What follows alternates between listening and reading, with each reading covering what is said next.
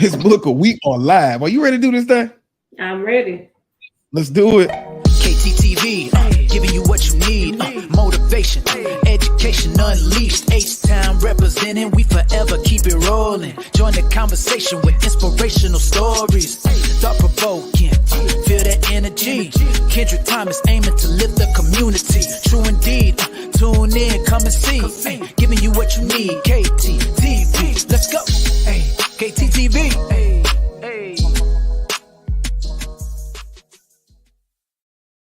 What it do, KTTV? This is KT, and I'm coming at you live with another episode of Education Unleashed. And on tonight's episode, I have the coach, the leader, the consultant. Anything else you want to add in there before I shut it down? No. Oh, Mrs. Jasmine Booker. How you doing tonight, Miss Booker? I'm doing good. All right. Well, look,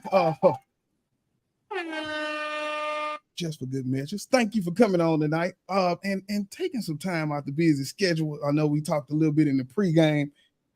It's been a long one. It's been a long week.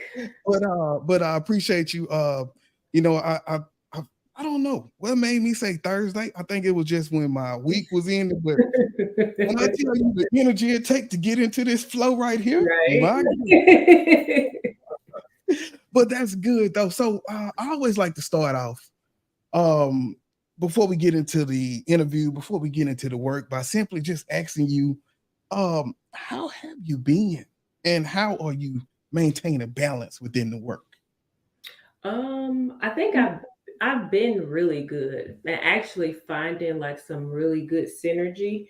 I think a lot of things have started to come together within myself, like mentally, for me to really kind of own my space and where I'm at right now in the work. And so it's all working itself out. Sometimes a little too good. That's probably why I'm so tired this week. It's going too hard, what do you say, over engulfed. Yeah, that's cool. That's cool. So, first, I'll say again, welcome everybody to the show. Tonight, we got Miss Jasmine Booker. Don't forget, we got a few of our favorite segments. I'm looking forward to sharing our outstanding educator highlight because we going back to A-Leaf. So we got somebody good in the city. And also the parent-teacher corner. We know that homework is real. I know there's a few mixed feelings on homework. Do you believe in homework? I do. Okay. You know, I do. I just don't grade it. I wouldn't grade it because that's mama grade sometimes. I agree with that, but I do believe that you need the practice. I do agree with that. Yes, you got to get that practice in. So looking forward to talking about that. But from where I'm from, we always like to get right to the money. So I'm looking forward to our conversation tonight. Simply just talking about just the leaders, the mental health. I know you gave us a teaser when we were at Hampton. And so tonight we are back. So once again, thank you for just really sharing how you're feeling. And so for the people that don't know you, can you give us a little bit of background on your journey and some of the experiences that led you to even the topic of what we're talking about tonight? Yeah, so I've done quite a bit in education in my little, I call it like a medium stint. I won't say it was short.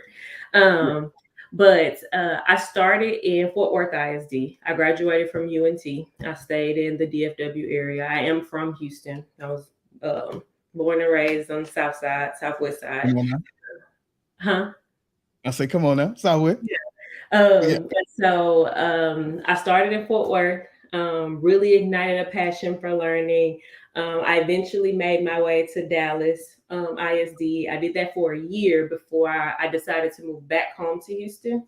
When I first got back, I actually worked in A-Leaf ISD for that year, but around that time I had also finished my master's and had just gotten my principal certification. And so I was just itching for my first opportunity to be a leader.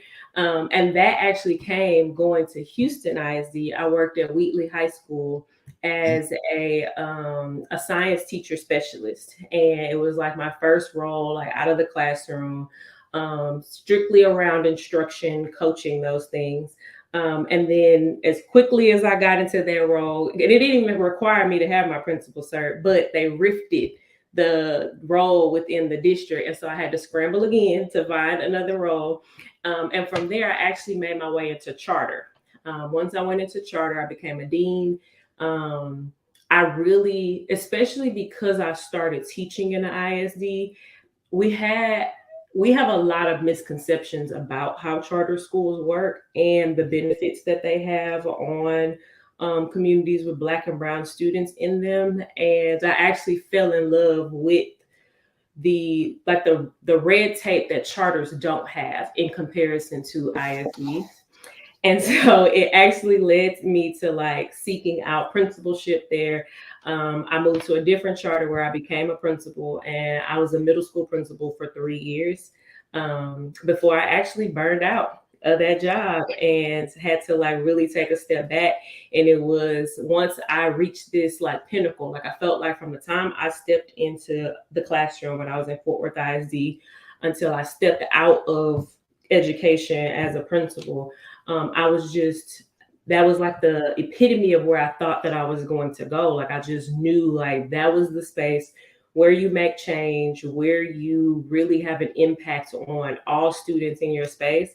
And I was just very quickly like plucked back into reality because the instructional leadership space is the hardest role that you will do. Like the one in the building is the hardest one that you will ever do in education when you're doing it right. And so the people who like everybody gives the accolades and they love and adore in those roles, I can say from experience, I know that the burden that is that they're carrying on their shoulders in order to be their best selves for the people and the kids and the communities that they support.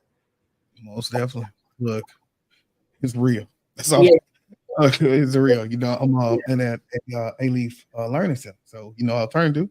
And so, man, I tell you, some of these kids have the hardest shell, right? And they will keep you busy. But when you think about the staff that it takes to really make it happen, like, you know, you love teaching, but you gotta really love teaching on some of these things. Yeah. So big shouts out to them, and big shouts out to you for just the work, you know, putting it in. I do agree about the charters. I know last week we talked a little bit about vouchers and all of those pieces. So pretty much everything just going hand in hand. And so as we get into the work and we're thinking about Black females, and I know a lot of the promo we talked about the struggle. So when you think about challenges of Black female leaders uniquely faced today, what are some of those challenges that really come to mind that you I guess you faced yourself when you say you got tapped out? Yeah. I think when I think about it, like, yes, my background is education, but I think just being a Black woman in leadership in general, or just when you hold a space of like reverence to other people, like there are people looking up to you. When we walk into a space, like we are just not treated equally as our peers. There are just so many other standards that we're being held to. We have to worry about hair discrimination. Like a Black woman is less likely to be hired for a job if she's wearing her hair out natural in like a natural style that's defying gravity. We have to worry about inequity. So a Black woman is paid 64 cents to $1 for what a white man is paid for every dollar. We also have to worry about like pregnancy discrimination. And so you don't get to just show up or yourself being functional in the work. There's also this level of all these other pieces that there's a standard for you when you get there. I think that we see it like across the board. We see it on TV. Like we see it with like Angel Reese in the basketball game. We saw it with Angela Bassett when she didn't smile or clap. And so it just really starts to weigh on you that all of your small gestures and emotions and the way that you respond to things, there's a standard for it. And I think that for me, showing up to work every day as a leader, I have to be thoughtful about like, what am I wearing today to work? I have to be thoughtful about, is my hair combed? I have to be thoughtful about, like, there's just like not a lot of room for error, even on the basic things. And so when you compile just your appearance, the way that you speak, your tone of voice, like even your emotions, when you feel passionately about something, the level of thoughtfulness that you have to put into responding to things can be very taxing in leadership roles. And so when you couple all of those with, then I also have to actually be knowledgeable and smart enough to do this job, it can really weigh on you. And I know for me, I found myself in a lot of spaces where I had enough energy for one or the other during that time. I either had energy to be good at my job, or I was going to have energy to be like what I needed to be in my personal life. And during that 3-year span, and it didn't start off that way, but by the time we got to COVID, all I had enough energy for was to be like to do my work. Like I missed birthday parties. I missed lots of other things of participating with my family. Like by the time I got home, I didn't cook a lot that during that time. Like I was just so taxed and tapped. Like, but I just wanted to shower, go to sleep so I could recharge for the next day. And so it really just became a thing of I gave all of myself to being good at the work because I was only measuring how good I was as a person based on how good I was at my job. Wow. And the thing is, we always talk about balance and the importance of it, but oh my God, how hard is it to really implement that, right? Because Right. Sometimes with this, I'm not gonna lie, sometimes you gotta come obsessed, right? To just get it done. Well, I take that back. I used to think you had to become obsessed, but now I'm practicing balance, right? Right. But again, I used to think that because for instance, like I just learned like trading and blah blah blah. And so for a while I had to become obsessed with that, but then it's like start to level off. But some people never find that off ramp, and so they just keep going into the work. So I agree with that mental health. And then also, like you say, with the discrimination, as a black male, right? I face that same thing too. And so, but I have sensed over the last few years, just more of appreciation for black women in general, because all of that stuff you said is true. I want to say last semester or something, Rice University had something where they were talking about a culture study in a series. And so I took part in those classes, and man, I mean, just like it was sad. Like I almost wanted to stop because I knew all of the research was true, but it was so one of them was just all about black women and like the way that it was, man. Why? So the question, the $1 million question is why? Why is it like this? Yeah, why do you think in 2023? Why? So I think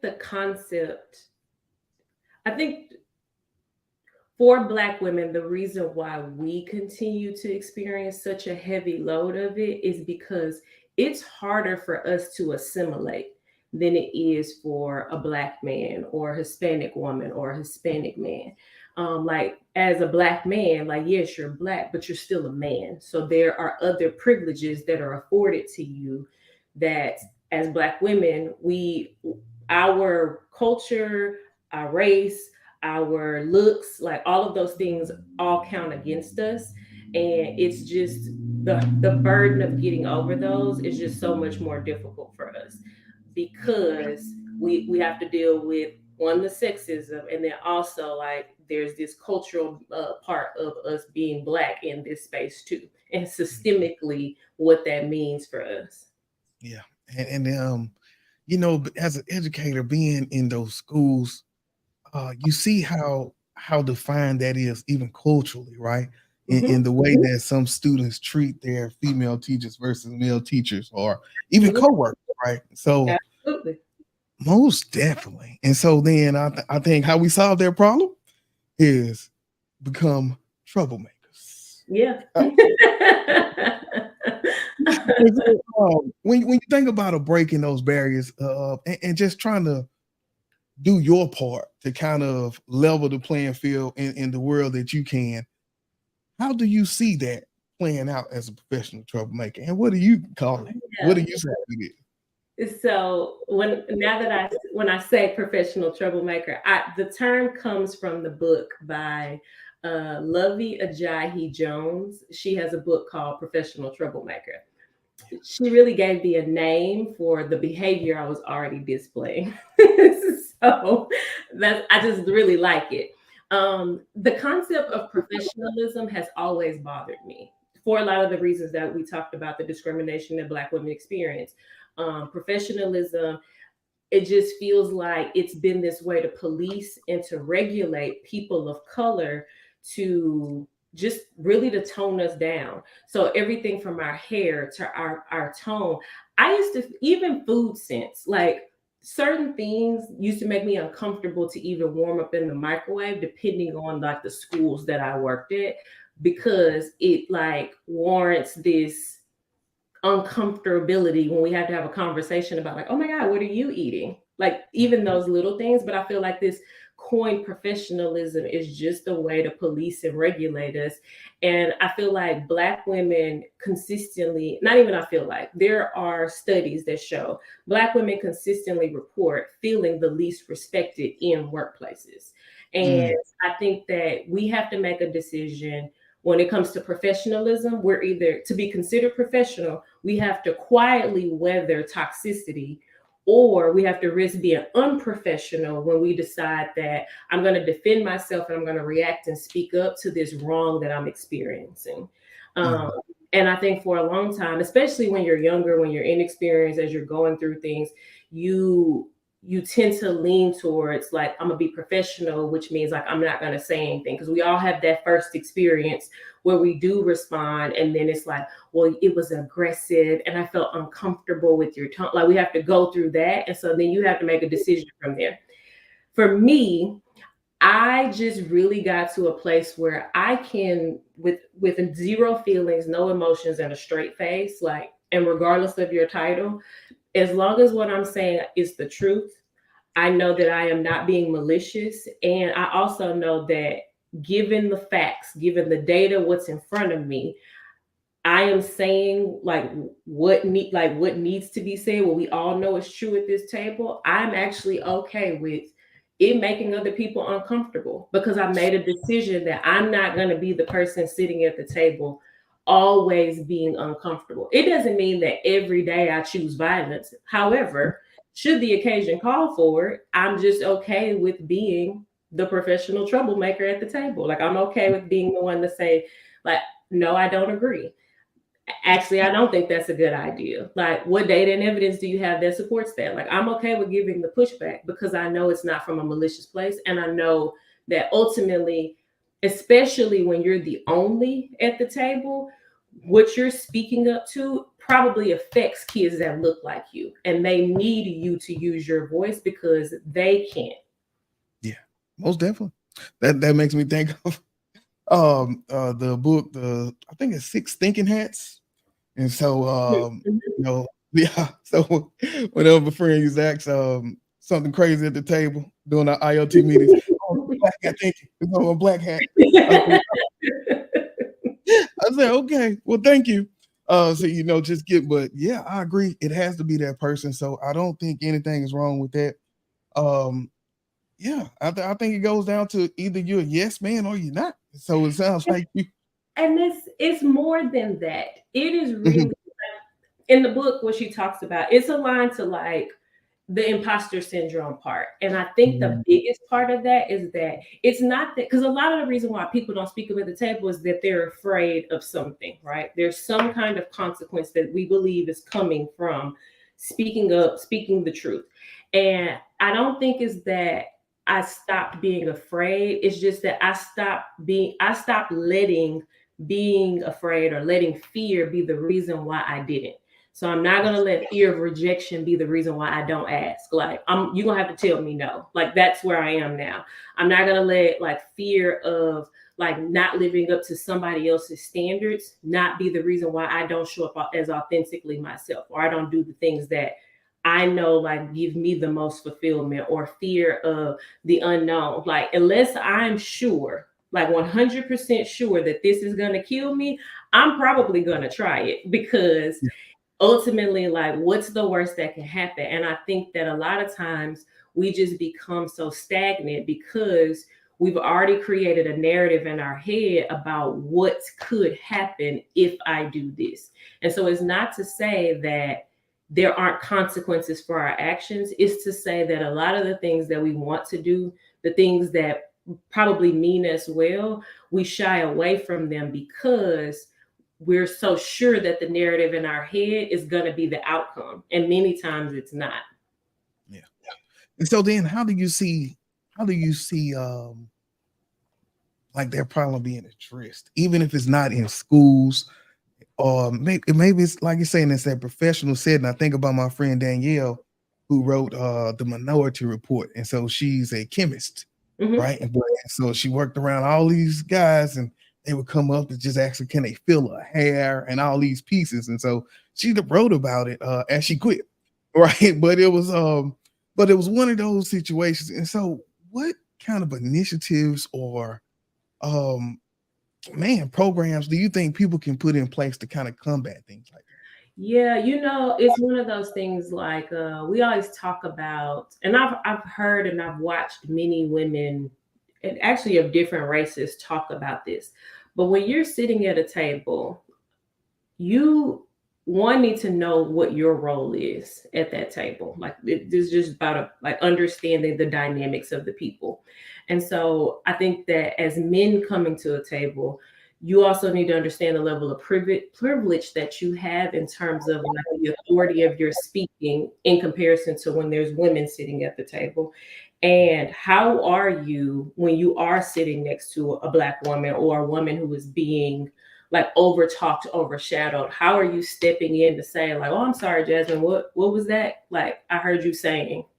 Like, how are you using your position to also? So I think that that's a level of it. I also think that the more we just get to a place of, one of the things that we talk about a lot in our workspace is like radical a comfortable space of feedback, like being an environment of feedback where it's not about attacking you, but everybody being comfortable in a space where things can be addressed. Because the worst thing that can be true is adults all knowing that there's a problem, knowing there's an elephant in the room, and nobody feeling comfortable enough to be able to address that. It speaks to the level of really trust in a space.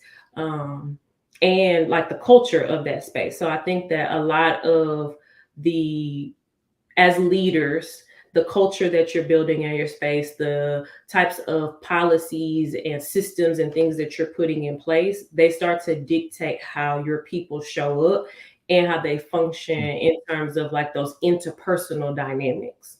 Yeah. I was talking to Dr. Ford. I can't remember where she's at, but she's upstate, like Virginia, somewhere like that. But one of the things that she said is at her school, she invites people to bring them whole sales. She said a lot of the times people be like, well, check your stuff at the door or check this. She invite people to bring in them whole sales because she feels like that makes them more interpersonal. And more relatable to the kids too, just bringing the real selves in. So I do agree with what you're saying. I think that's beautiful. And I think that there are very few of us who are walking into spaces like that, especially because our whole selves can, when there's not a lot of us, when we're a minority in spaces, can be too much for some people. Not that we're actually too much, but when you don't understand the cultural dynamics and like where somebody's upbringing and how like they're bringing their personality development into a space, you can almost be the other. And so like it is a blessing to be in a space like that. I think that we saw lots of studies after the pandemic that showed that Black people are thriving in this work from home or this hybrid environment because they were able to be their full selves like at home rather than your representative that you have to show up with. Like I think we do more than just code switching. A lot of us, depending on our environment, do a level of masking that can be exhausting. Oof. Look, I'm telling you, so like this is my second year at the school, and so every morning when I'm coming in, I'm switching from like Kendrick to Mr. Thomas, and so each morning I walk in, I still got my earphones on because it was hard to get to my office, and I haven't transitioned yet, so I don't want to talk yet. So I had to come in and kind of have my earphones and my glasses, and I keep my shades because then people say, okay, well, it works because now nobody talks to me until I come back out the office. But almost that's what you have to do because you do have to, change into that person. And sometimes that does become exhausting, And so, but I'm thankful now that we built that relationship. And so I do get to be a lot of just me and it's not tight versus some places when you work in where it's just tight and you, woof, you got to be rigorous all the time. So, all the time. Awesome work. Very relatable. But I do understand the plight that it is just a little bit different. I had Dr. Iris. She founded Glory Greens. Okay. And so she was on and she was saying even back when she was presenting the company, it was just her talking to a room full of men. And so she didn't even know if they were going to take her serious. Luckily they did, but it was just, she was saying she was the only female and she was presenting like this company of greens and soul food to a bunch of white executives. But hey, she pulled it out, but it still was a big issue. So it's, still the same thing, still the same place. Yeah. Most definitely. So now we talked a little bit about the mental health at the beginning, and you taking that break. And so it's early in the year, but if this was a Harry Wong book, we probably would be in survival right now. So I'm just trying to see, as you think about that work and you're working with leaders, how are you talking to them about their mental health? And specifically, before we even get to mental health, I want to ask that question about women leaders that you're working with. And so as you talk about that work, you're passionate about that feeling. How does that spill over into the conversation that you're having when you're coaching leaders out in the field? One of the things is like, I'm always very empathetic to leaders beyond what the surface level. So I show up as someone's coach, right? And so they're always going to start with all of the things that they're doing for the work.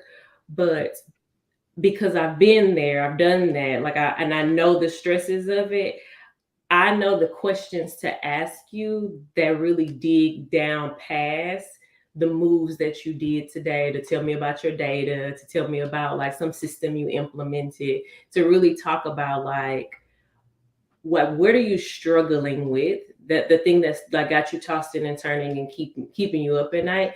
And so I think that I've just really developed a niche to be able to connect with them and be more empathetic to what they have going on. Like I'm the only person showing up that is not going to ride you about like moving something. Like I'm really the support. And so when I show up, I'm thinking about where I was at certain times of the year, things that I struggled with, and helping them really navigate and to think about those things differently. A lot of times the things that I say, when you're stressed out, the simple fix is usually not what comes to mind immediately. And so I'm there to just be this voice of reason, like, let's just do this one thing and let's start there. And then let's do, like tomorrow we'll worry about the next thing. And I think that that's consistently been a space of comfort for them because I'm there to relieve stress, not to give you one more thing to do. Yeah. And when you're thinking about the coaching And that word, like you say, people think like I'm just another person coming to add something on the plate, Right. give you a hard time.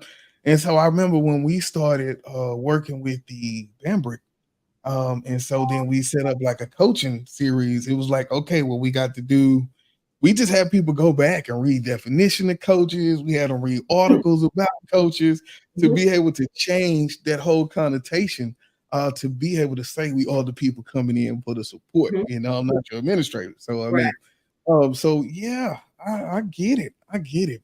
And then when you think about that mental health of those leaders, knowing you've seen that tap out, you see how it happens.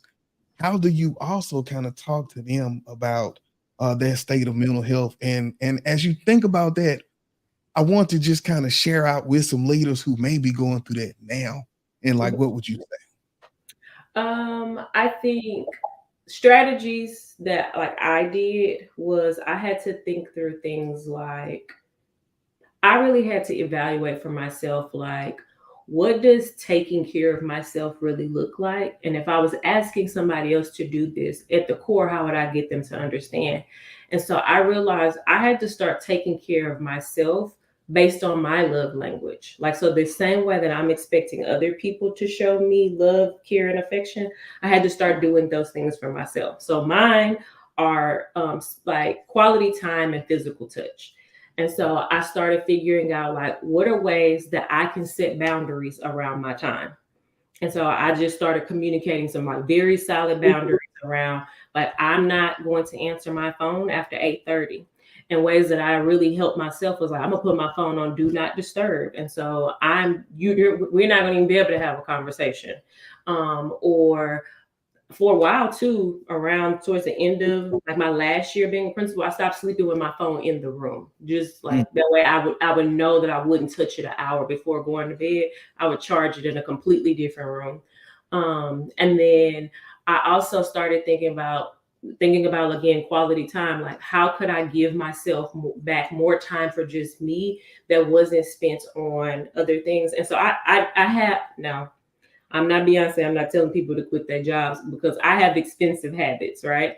But my expensive habits give me back time and efficiency. So, like, I get my clothes dry cleaned because ironing clothes just doesn't seem like a good use of my time. I order my groceries to be delivered to my house because walking the aisles of a grocery store doesn't seem like a good use of my time. I have a cleaning service that comes every other week, like that deep cleanse, because I'm not going to like wipe baseboards and blinds. Like I know I'm not going to do those things. And so rather than even stress myself out because I know they need to be done, I just started giving myself things or like buying into habits that gave me back the things that I needed. And then I like massages. So I bought myself a foot massager because if you know anything about working in a school, your feet hurt every day. Like it doesn't matter where you wear tennis shoes, flats, heels, like your feet just hurt because you're always on them.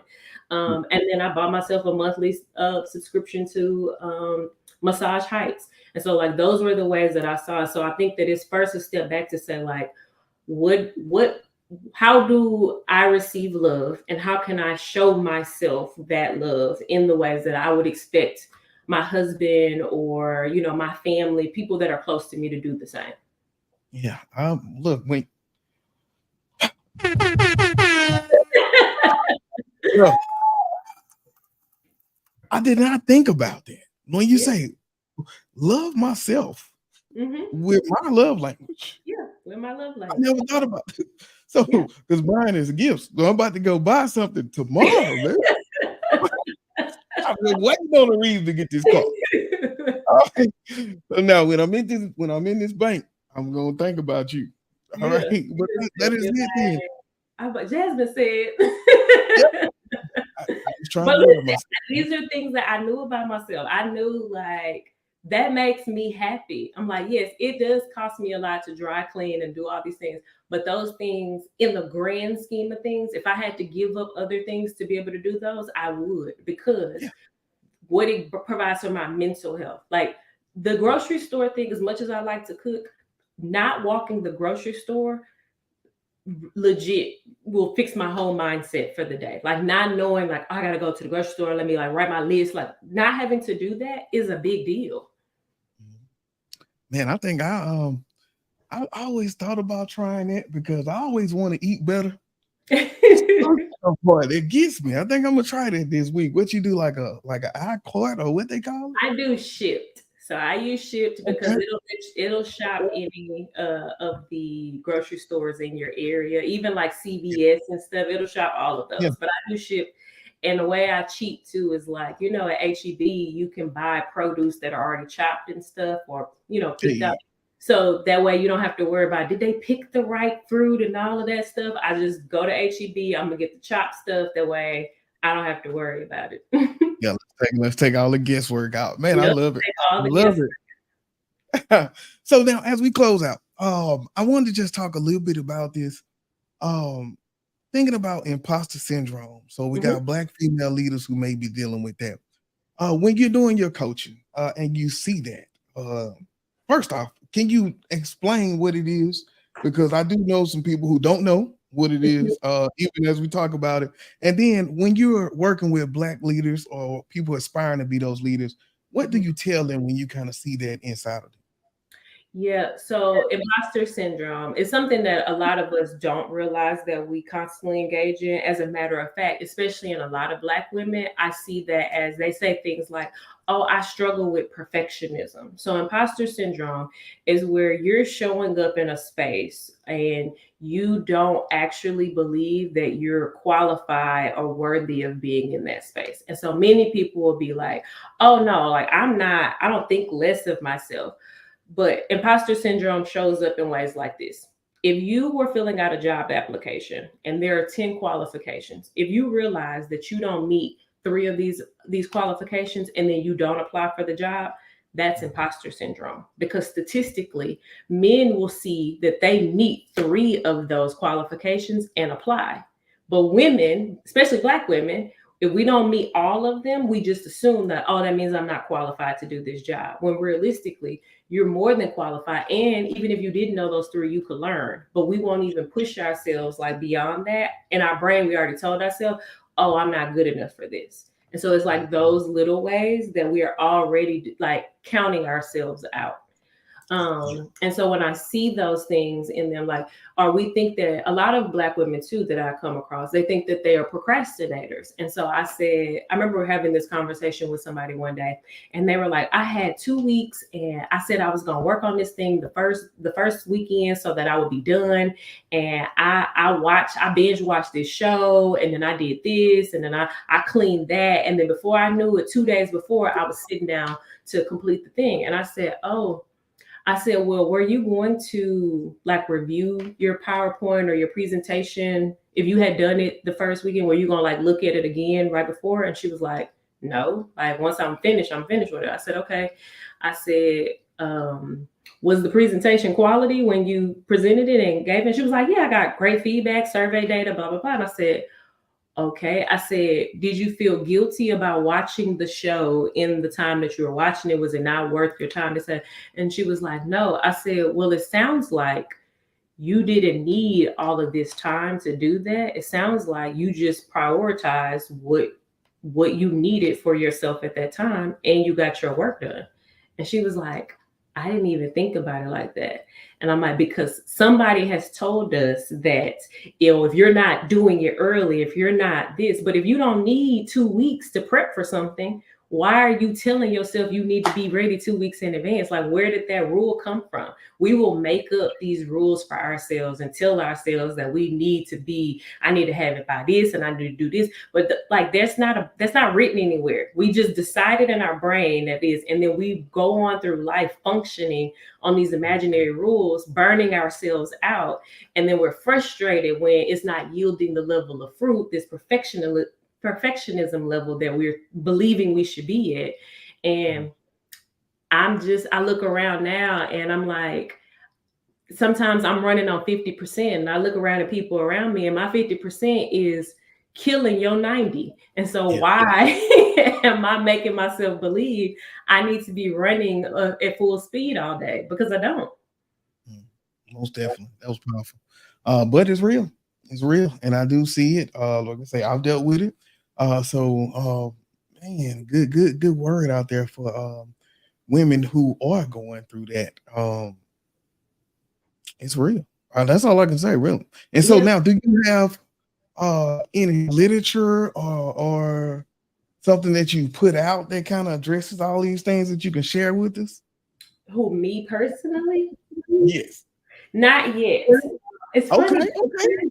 So I've been talking back and forth. I've already like started outlining a memoir where I talk about like in detail, like my story, like my career journey that kind of got me through how I realized like I've been dealing with imposter syndrome for a lot of years. And so I'm in the process of like really sharing my story. I've only gotten to a recent place of being confident enough to even believe that my story was impactful enough to share with other people. And so it's something that I'm working on. Yeah, most definitely. Well, it definitely is. So I just want to say thank you for sharing it. Thank you for taking some time out to talk about the work. Yeah. Also, I look forward to sharing out those clips of this because people need to hear it because it's a real situation we're dealing with, right? Yeah. And I think, what'd you say? I say absolutely. Yeah, and the more we can change the narrative, one person at a time, let's make it happen. So thank you for all that conversation tonight. It was a pleasure. All right, so what we'll do is we got a few minutes before I want to jump into this. So I'm gonna take a quick break, and then when we get back, I'll do my educator rapid fire. Let's get ready to run that thing. So when we get back, I got 10 quick ones. All right. Hey y'all, we will be right back. KTTV. You see the drippy, I'm fitted up. Hop in my car and the giddy up. Secure the bag, yeah, I get the bus. Pick it up, pick it up, pick it up. You see the drippy, I'm fitted up. Hop in my car and the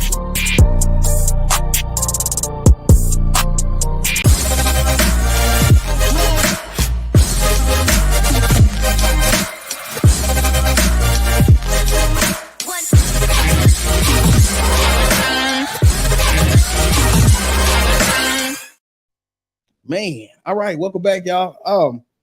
Miss Jasmine Booker just put it down. Just dropped so many jewels tonight on those questions. So important that we talk about and discuss leadership, Black women, and the challenges that they face, glass ceilings, imposter syndrome, all of that. So once again, I appreciate you for just talking about that and sharing your story. Like you say, you didn't know it was impactful. I'm trying to tell you that. Please get that out there. All right, so wait a minute. We about to get ready for one of our quick segments. Go hard, or go home, go home, go hard, or go home. Hey, and then we got something from Dr. Felicia Bolden. Shout out to Dr. Bolden. Thanks for dropping great nuggets. We need a part 2. See, there we go already. All right, so what we're going to do, let's take a few seconds, and I am watching the clock. I want you to answer these questions without thinking. Just go. Okay, are you ready? Yes. All right. Early bird or night owl? Which one best describes your leadership style? Early bird. Early bird. Okay, you get up early. Mm-hmm. Like I'm up at 4:30. I think I'm struggling though. I think I'm gonna push that back to at least by 5. I'm down here. Chalkboard or whiteboard? Which do you think makes a more inspiring school message? Whiteboard. Whiteboard. Gonna put that. Get them dry erasers. I remember when the game changed, man, and chalkboards just became non-existent. Okay, thinking it back to your administrator. Best subject to lead: math, science, or English? Oh, science all day. Oh, yeah. One book every school leader should read. What's your top recommendation for principals? Atomic Habits. Okay, then. All right, thank you. Most memorable school event. What's a moment that you will not forget? I let the kids, one day we were doing like celebrations, and I let the kids pie me in the face. I actually have that video I should post that. Yeah, that is something. I remember we did a fundraiser and I got taped to a wall. That's a good one. It was real. And I'm stuck. But I can tell you my most moment, and it's an open story. It got me when I was a teacher. I was doing the special ed ordering, so I was like the department chair. So I'm getting on. I'm thinking I'm helping, and so I said, "Man, I got my life skill kids, and they go to the cafeteria. They be all messy. Let me get some little towelettes for their hands, right? Something where they could just use real quick. Teacher come through." Okay. So I ordered 1,000 sanitary napkins. I did. That's why when you started, I was like, "Oh, this going left for sure." Look. And so when I got the box and I realized first off, it should have been some people defending that order. How did this even get to the district? But it made it though. And so they got me when the boxes came in, they set me up. When the boxes came and I realized what they was there to snap a picture. And so for like 3 years, they couldn't on wait. the PowerPoint, they got me like this on the PowerPoint end of the year. As they should, because you need to pay I didn't know what it was. I thought it was towelette. Oh my God. It was terrible. Okay. Principal's pet or problem solver? Were you the model student or creative thinker in school? Problem solver. Problem solver. Okay, then. Top school tech. What's your favorite technology for improving the school environment? I would have to say like Chromebooks. I think that's okay. Let's get everybody get in. We can get a 1-to-1 or something going. Yeah, I definitely believe in that. Okay, key principal strategy. So share a quick tip that helps you lead your school effectively. Plan for everything, not just the instruction, not just the culture. Plan for the joy too, for both kids and adults. And last question: if you could lead any school in the world, where would it be? If I could lead any school in the world, where would you be? I would still be in Houston because H-Town all day. But it would be my own school. If I was going to go back to that would be my own school. Man, I love it. Look.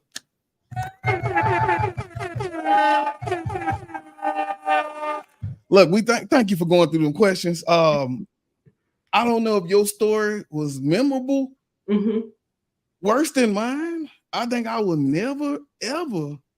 I think I'm gonna just share the tape story versus that story again. That was probably exclusive. That was just exclusive for you. Exclusive. Okay. Please, besides the people who already know. All right. Well, thank you for that. So what we'll do, we'll take one more quick break, and then when we come back, let's do our parent teacher. Okay. You see the drippy, I'm fitted up. Hop in my car and the giddy up. Secure the bag, yeah, I get the bus. Pick it up. You see the drippy, I'm fitted up. Hop in my car and the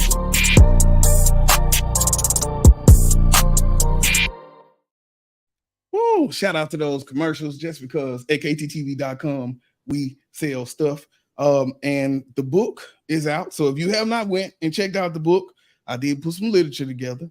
And so A Pencil is the Least of My Words is specifically for like the target audience is the school with 94% other than African-American staff and 70 to 90% African-American student population. How do we build the bridge? We use the book and the workbook. A Pencil is the Least of My Worries by Kendrick Thomas. Let's run that one more time. You see the drippy, I'm fitted up. Hop in my car and the giddy up. Secure the bag, yeah, I get the bus. Pick it up. Okay. For good mentions. All right, I'm just having fun tonight. So, Parent Teacher Corner. Are you ready for that? Yes. Let's do it.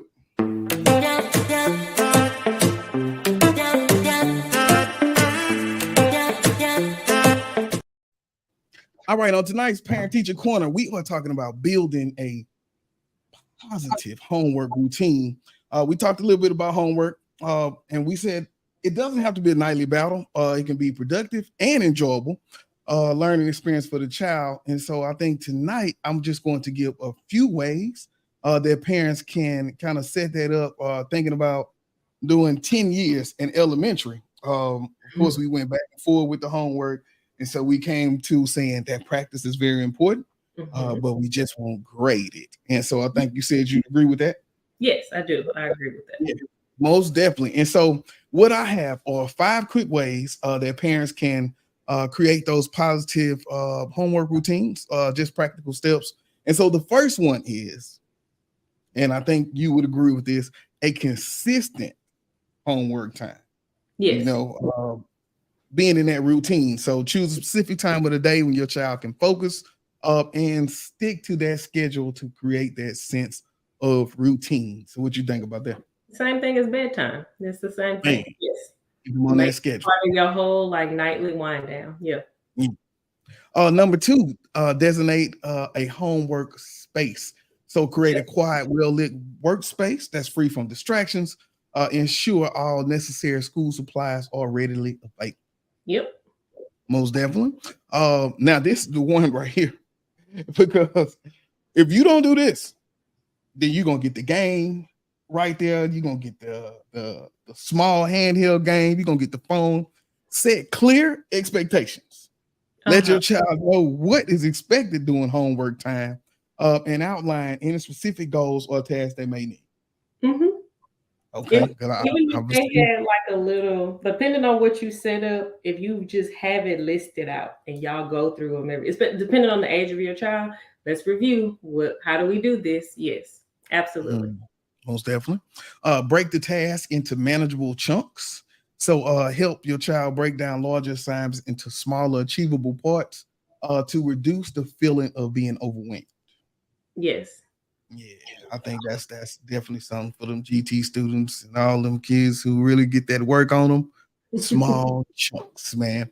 Offer support and encouragement, which is our last one. So be available to answer questions, provide assistance, and encourage a growth mindset to celebrate their efforts and their success. Yes.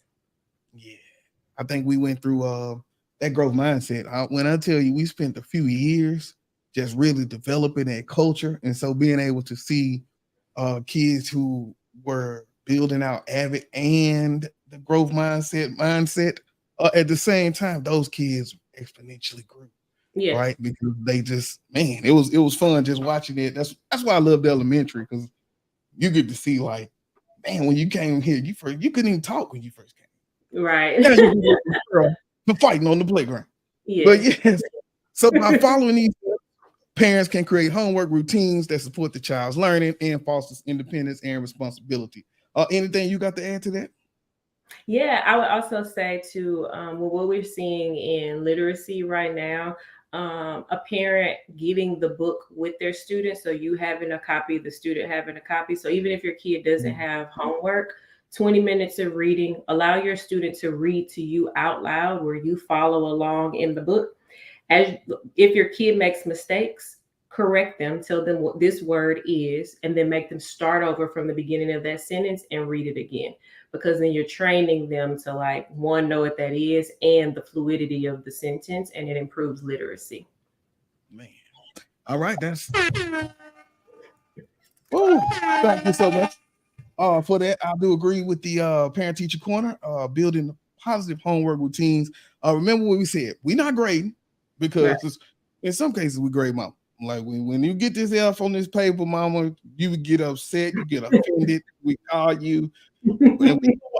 So just practice, please. That's all we ask, bro. Okay. So we'll be right back, and when we get back, we'll get into our last segment for the day, and that is highlighting one of our educators. So we'll be right back.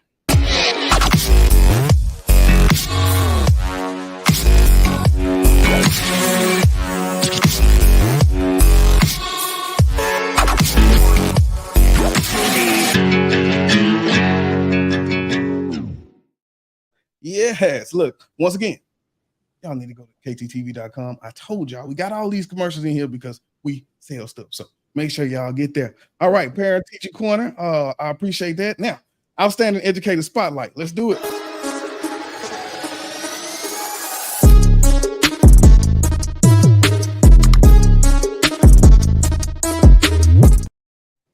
All right, tonight, our Outstanding Educator Spotlight goes to Miss Tiffany Banks. We going back to the leaf, y'all.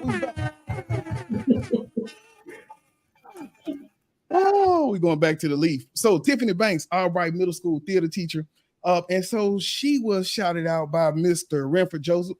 He was on the podcast. Remember when I told you we had the one where I couldn't hear nothing? Yeah, that was Mr. Joseph. Shout out to Mr. Joseph. He is our director of fine arts and A-Leaf ISD.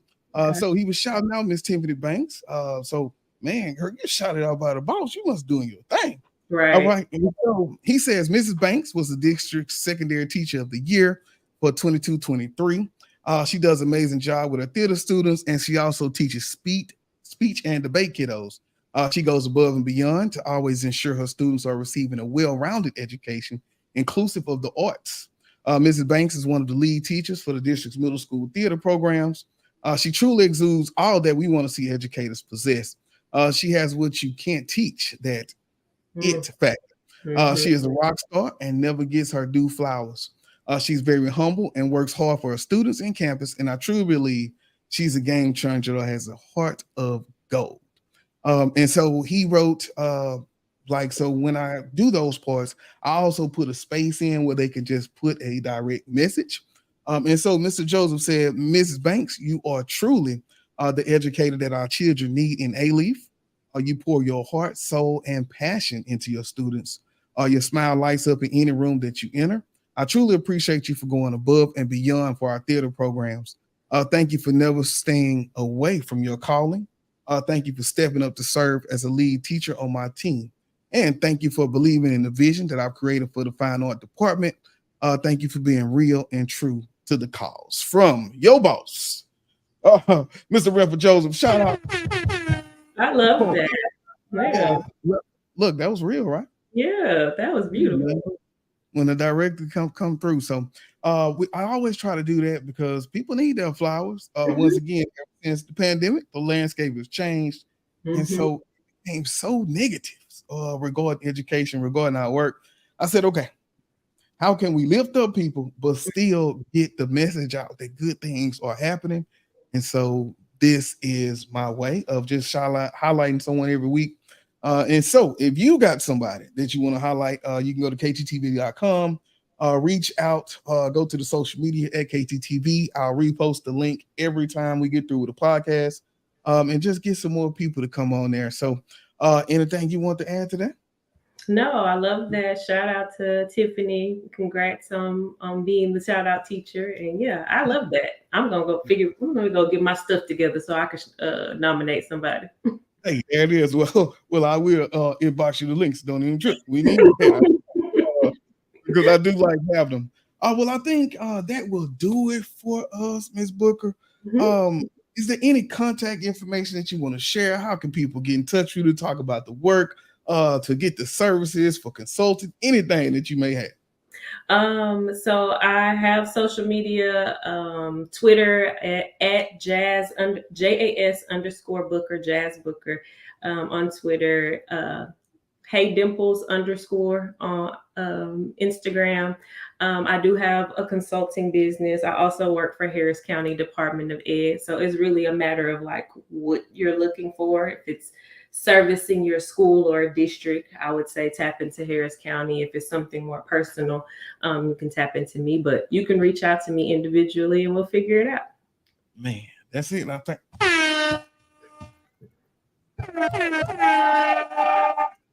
Look, I thank you. I thank you for taking that time out. It was very, very informative. And I do know Harris County is a big part, but I think when we come on and we talk about the work outside of the work, like what a great conversation that we had, just being more relatable, real life. So once again, just thank you for taking this time. I look forward to sharing this out. And I'll get that clip to you in a few minutes, that link to you in a few minutes. I appreciate it. Yeah. All right, y'all. This is KT for KTTV signing out. 100. This is Darnell with Broadcast Houston. This is Dr. Tamara Beckford. Hey, this is Candid. This is London Underwood. This is Kirsten Bass with Inner City Greens, and you're watching. Y'all are now tuned in to KTTV. KTTV.